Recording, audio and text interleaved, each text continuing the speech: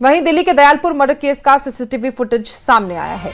कैमरे में स्कूटी पर 3 बदमाश भागते हुए दिखे। बदमाशों ने भागते समय हवाई फायरिंग भी की और सीसीटीवी फुटेज के आधार पर अब पुलिस इन बदमाशों की तलाश में जुट गई है।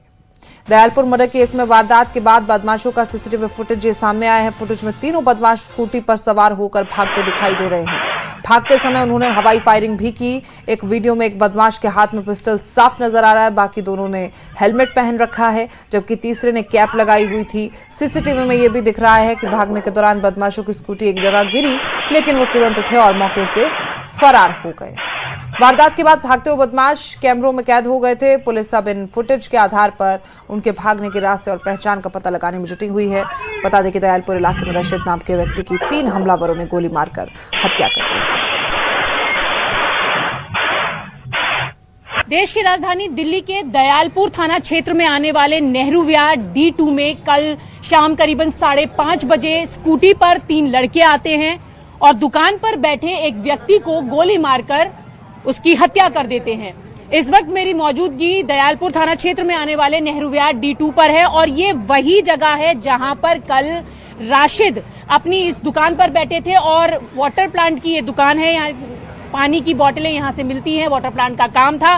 कल शाम करीबन 5:30 बजे जब राशिद अपनी दुकान पर बैठे थे और उनके परिवार में सिर्फ महिलाएं थी, घर का और कोई यहाँ पर मौजूद नहीं था। ठीक उसी वक्त 3 युवक स्कूटी पर आते हैं, गोलीबारी करते हैं और उनकी हत्या कर देते हैं। और जब इस घटना को अंजाम दिया गया तो लोगों का, आसपास के लोगों का कहना है कि एक तरीके से रेकी की गई थी। ये देखा गया कि परिवार में महिलाएं हैं, उस वक्त कोई पुरुष नहीं थे और जो राशिद हैं वो अपनी दुकान पर अकेले थे और इस वक्त जो है उनकी जो मम्मी है, यानी कि राशिद की जो मम्मी है वो अंदर है, उनकी पत्नी, उनके बच्चे अंदर हैं। और जब कल गोली चलाई गई उसके बाद ये भी कहा गया कि जिस तरीके से आपको धमकी दी आपने नहीं मानी, ये उसी का अंजाम है। तो इस तरीके की बातें भी सामने आई हैं और भी लोग हैं।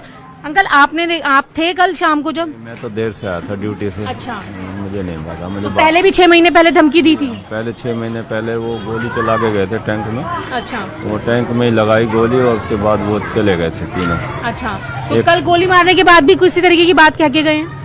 मुझे नहीं मालूम, मैं तो देर से आया था। आप थे? नहीं, मैं हम तो दूसरी अभी आएंगे। अच्छा, दूर रहते हैं मतलब यहाँ से।